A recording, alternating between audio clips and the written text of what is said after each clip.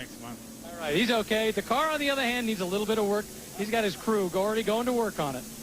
MK won more races than any other driver in the series last year with 4 victories. Chris Rodman won 3, Portengate 3, Brian Germoni and Doug McCown 2, and Rick Curelli and Jim Engelbright added a victory to their resumes last year in the NASCAR Featherlight Southwest Tour.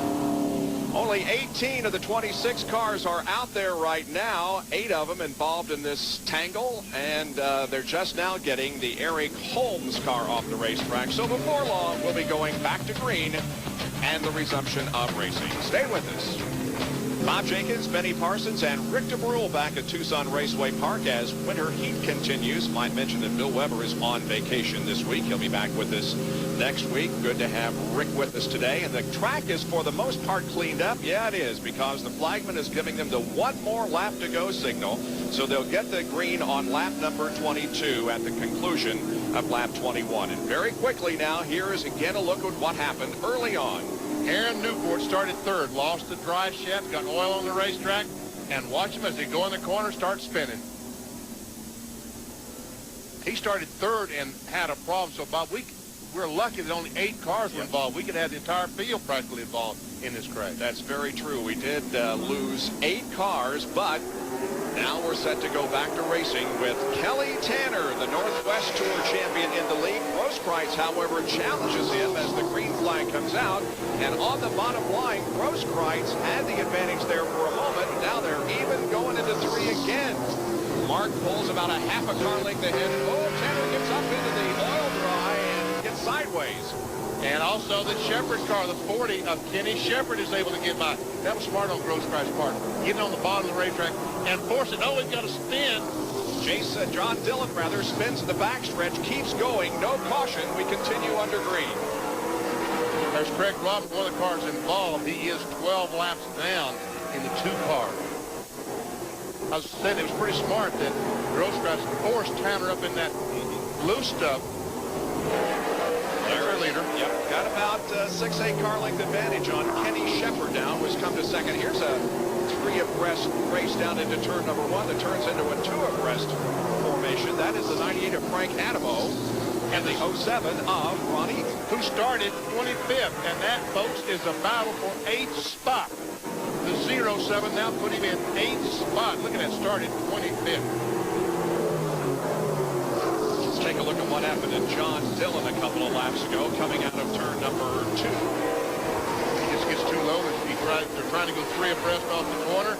You get that low, you lose traction off the corner. Around he goes to 360, puts in gear, and away he goes. Oh, right in front of, oh, did he get by? He did get by. How in the world? But somebody did get by. That is Kurt Busch that spun. The caution does come out. There's more debris up on the racetrack.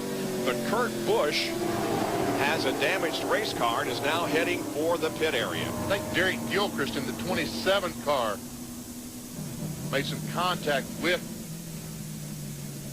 Busch as he was sitting there. We followed Kurt back into the pit area where you can see the crew is running alongside saying, get in here as quickly as you can. Let's take a look at the damage. Brian Germoni, meanwhile, we see is about to appear, it appears, go back into the race. He has the 5 car rolling again. And because Rodman came back onto the racetracks, we now have just 6 cars that were out or are out right now because of that multi-car crash. Let's take a look again at what happened up here to Busch as he went into turn 3. He goes in the corner, side by side with Tony Tost, loses the back end, and Eaton in the 07 just barely gets by. And there we see some damage. Adamo is the fellow that came along and made contact. And Gilchrist also has some damage to the rear of his car. It was not in this crash, though. Another angle.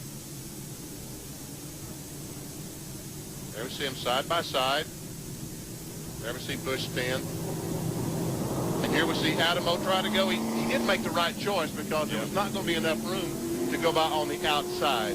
Back down to Rick DeBrule.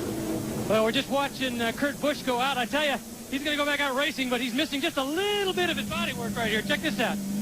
Apparently no serious damage to the front end. What they did was they just pulled off all the bodywork, all the ancillary stuff, no fluid leaking they could find. They sent him back out on the track, not looking quite the same. Well, young Kurt Busch, only 19 years of age, won the first race in his first late model start at Las Vegas Motor Speedway. They're the top 5 at the moment, 30 out of 200 laps completed. Last week when we were canceled because of rain, we're under caution for an incident involving Kurt Busch up in turns 3 and 4. Let's again take a look at what happened up there. There we see the 70 car on the inside of 19, Tony Toast, and Ron Eaton follows in the corner.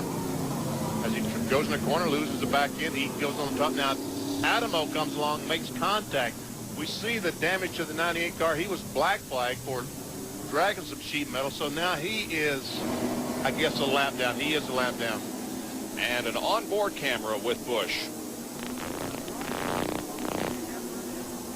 Going down the backstretch. Look at the pressure on that rear window, even at a third-mile racetrack. And here he just loses the back end. And Eaton just barely gets by on the top side. Green flag comes back out. We're racing once again with Mark Grosskreutz leading Shepard, Tanner, Alsop, and Toast, your top 5. And Ron Eaton trying to get by and take over. That's Sean Monroe in the 48 car and put Eaton on another spot up. He's now to 6th. Oh! Jimmy Oberto has spun here in turn 4, and also another car. Bill Lawrence has spun up in turn 4, and there's still no caution.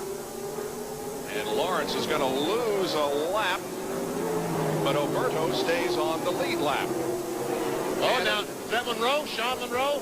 Yes, it is. Down in turn 1, he is way off the track and has the car going again. So again, there will be no caution. He probably kicked up some dirt, though, in that area. We'll watch the cars as they go through. Everybody looks to be okay. And now Oberto also loses a lap. The concern is, Kenny another... Shepard goes around. No. And, yes, caution flag is out. But Shepard will not lose a lap. And Sean Monroe will remain in the lead lap. Yep.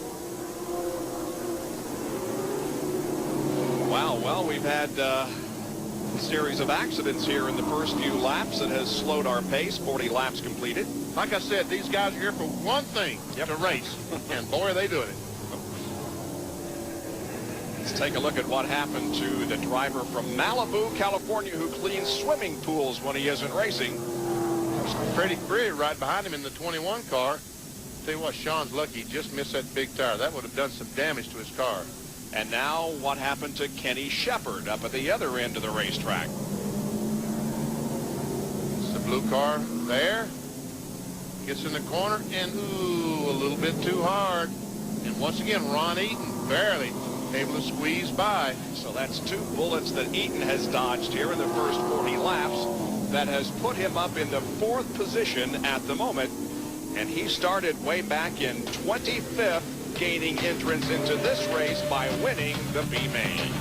There are the top 5, and there are the top 10 after 41 of 200 laps. Riding with Kenny Shepard here at Winter Heat, the Southwest Tour, 245 laps completed. Kenny was involved in an incident just a few minutes ago. Let's take a look from the onboard camera. Going in turn 3. Oh, and around he goes down in the dirt. Stayed on the lead lap, however. There he is. And he's in 12th position. You know, we got a radio with Kenny. Let's see if we can find out what happened to him. Kenny Shepard, Benny Parsons up to ESPN. You got me? Well, it worked earlier, didn't it? Kenny Shepard, Benny Parsons, you got me? Yeah, Benny, loud and clear. Go ahead. What happened going in turn 3, Kenny? Well, we got a great race car. This new sponsor, America Online, and all this stuff. And, you know, there's a lot of oil out here right now, really fast. The 29 car got in between myself and the leader. I probably should have been a little more aggressive with him. I wasn't. He checked up real hard. I leaned on the brakes. This is so darn slick down here. Got out from under me.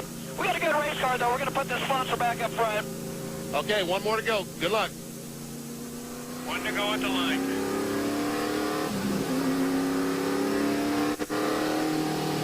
So he got in the corner, got on the brakes a little hard, and around it went. Yep. Little slick up there in 3 and 4 where we've had most of the accidents. Well, the pace car pulls off the track, and we're set for the restart. Mark Grosskreutz continues to be the leader here with Tanner second, then Alsop, Eaton, and Toast. Green flag. And Alsop, the 74, red 74, trying to get by Kelly Tanner in 65. The two cars between the leader, Grosskreutz, and Tanner are cars that are laps down. That would be Jimmy Alberto in 04 and the 29 of Bill Lawrence. Alsop on the low side and Tanner on the outside, and they stay that way all around the track. Looks like Ron Eaton's going to try to pass them both even lower than Alsop was going.